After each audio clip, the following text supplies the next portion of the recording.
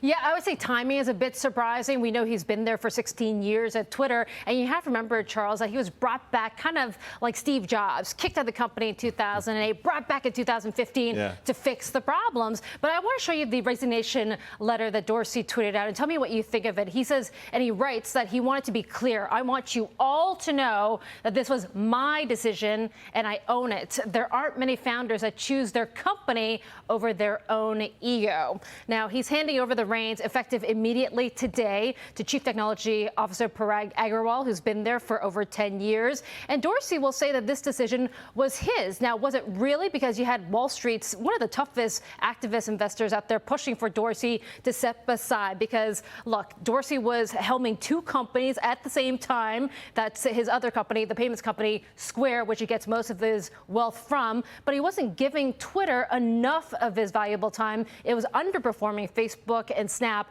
and you had people on Wall Street saying, well, focus on one, and if you're not going to focus on Twitter, then move aside so somebody else can. Yeah, well, so, and I don't know. Listen, I had lunch with him a couple of years ago, and I had dinner with him a couple of years ago. I think he's a sincere guy I think he wants to save the world. You know, the day after we had lunch, he was going to a tech conference in Haiti. Yeah. I mean, right, you know, like something like philanthropy. Okay. Yeah, you know, and so now the big talk is that he's going to obviously stick with Square. Yeah. But now he's looking at crypto. Of course, and you've been hearing that a lot. So he's become a crypto evangelist along with Cathie Wood and Elon Musk. But for Twitter itself, nothing really changes. I mean, he's been kind of some would say that he's kind of a soft-handed CEO, where he's handed over the reins of control and day-to-day to his executives. So I don't think anything changes from that perspective. But some would say if you were going to kick off one of the most influential users, President Trump at the time, after January the 6th, that might have been a strategic mistake. Because some would say that Trump himself actually kept Twitter relevant throughout his entire administration. Some would say Trump kept the media relevant. New York Times, go back and look at the stock.